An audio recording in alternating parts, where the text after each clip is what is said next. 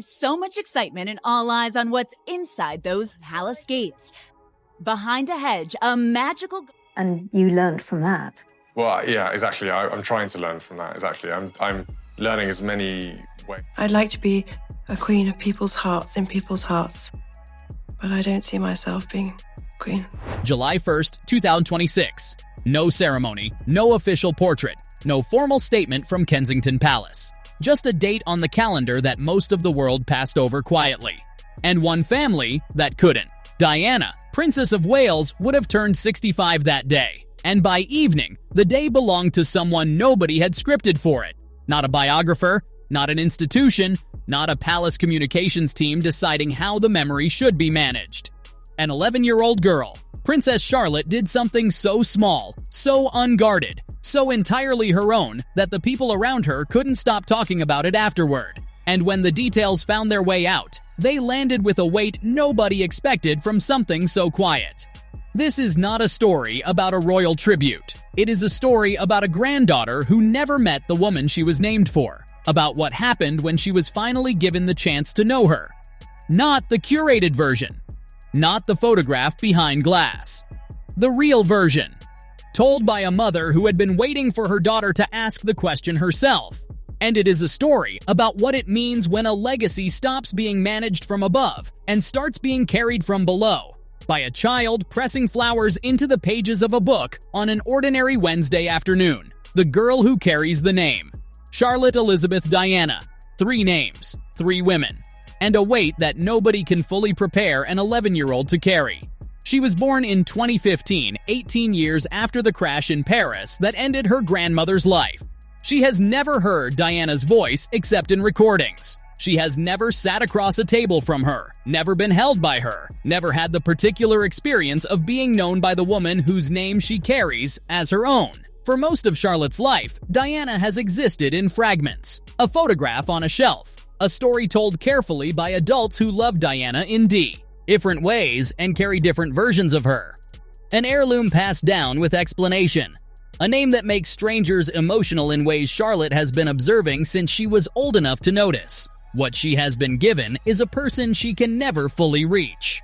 What happened on July 1st was the closest she has come. The bracelet that started it.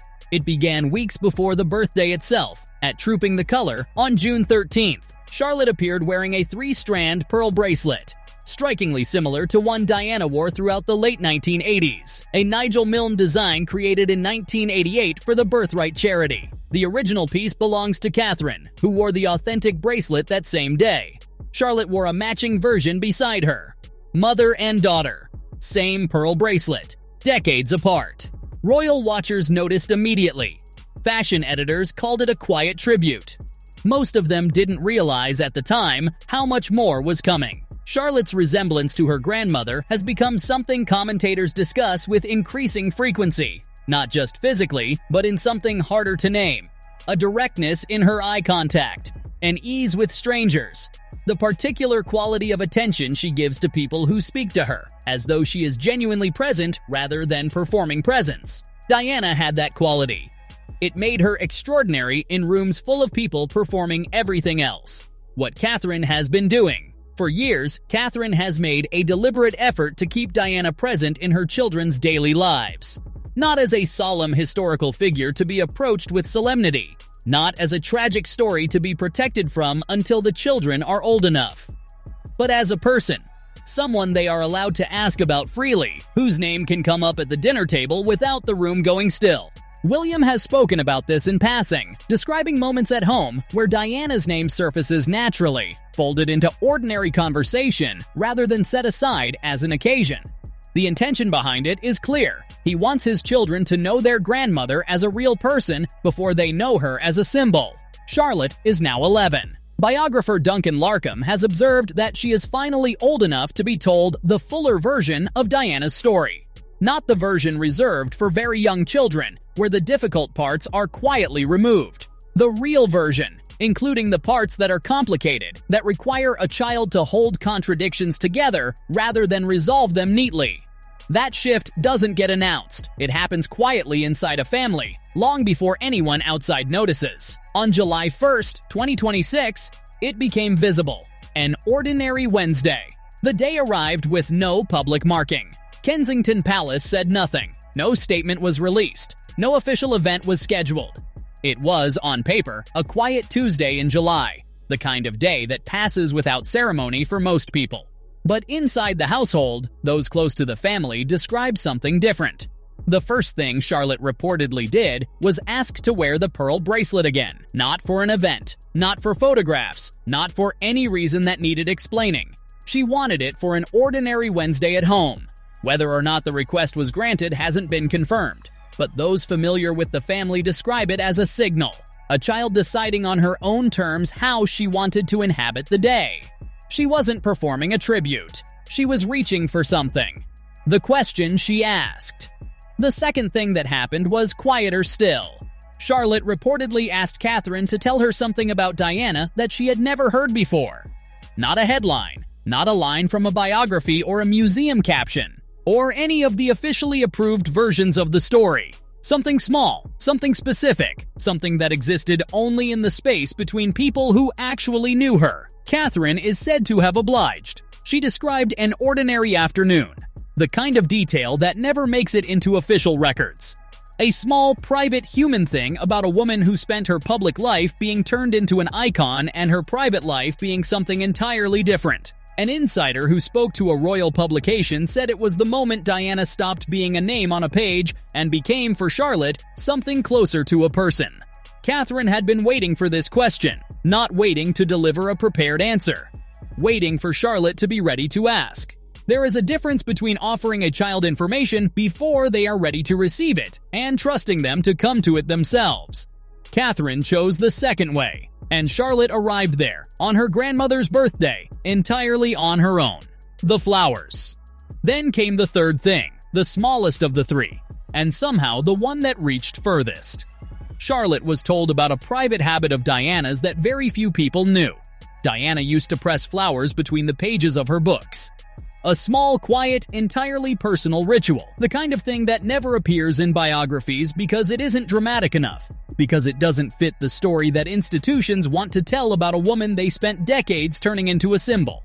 Charlotte asked if she could try it, using flowers from the garden that afternoon. A source close to the family said the room went quiet. More than one adult present is said to have been visibly moved, not because of anything that was said, but because of who was asking and why. An 11-year-old girl, on her grandmother's birthday, pressing flowers into pages the same way the woman she never met used to press them. One insider described it as the closest anyone in that house had come to feeling like Diana was actually there. Why? This lands differently. For nearly 30 years, Diana's memory has been managed from above. Curated statements. Approved photographs.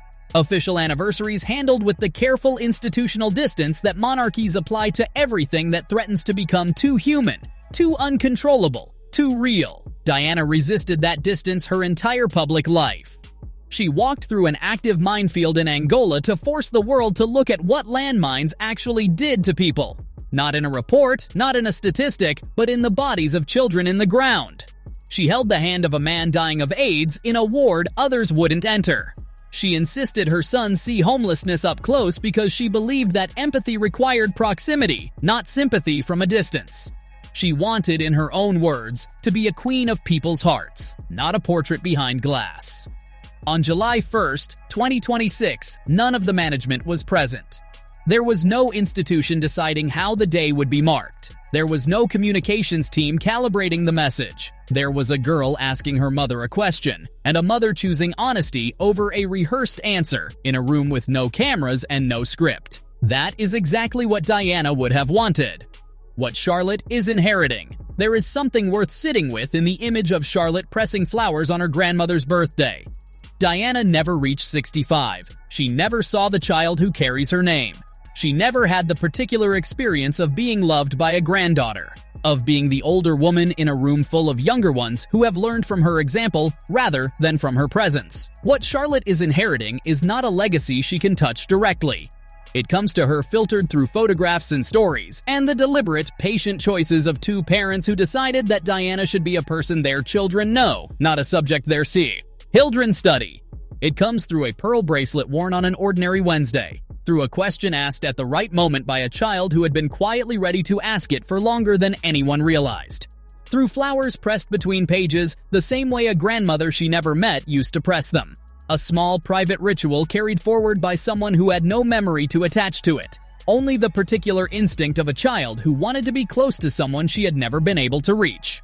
Charlotte didn't know Diana. But on July 1st, 2026, something crossed the distance between them. Not through institution, not through management, not through anything the palace planned or approved or shaped in advance.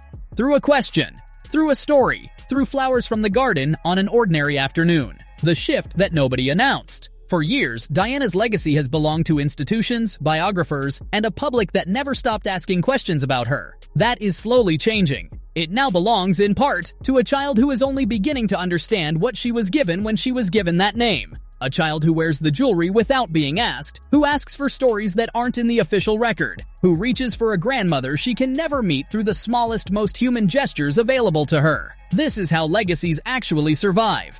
Not in statements, not in curated anniversaries, not in the managed distance that institutions prefer, in a girl pressing flowers, in a mother who waited until her daughter was ready to ask before she answered, in a room that went quiet not because something grand had happened, but because something real had. Diana spent her life insisting that the real things mattered more than the managed ones, that what happened in the quiet moments between people carried more weight than anything performed for cameras. On July 1st, 2026, her granddaughter proved her right, without knowing she was doing it. No ceremony, no official portrait, no statement. Just an 11-year-old girl, a pearl bracelet, a question her mother had been waiting for, and flowers pressed between pages on a grandmother's birthday. Diana would have been 65. Charlotte will carry the name for the rest of her life. And somewhere in the distance between those two facts, on an ordinary Wednesday in July, something quietly crossed over. Now I want to hear from you. Did this story move you? And do you think Charlotte is old enough now to fully know who Diana was? Leave your thoughts in the comments below. This is the kind of story where your perspective genuinely matters. If this video gave you something, hit the like button. It helps this channel reach the people who need to see it. And subscribe if you haven't yet, because we tell royal stories the way they actually feel. See you in the next one.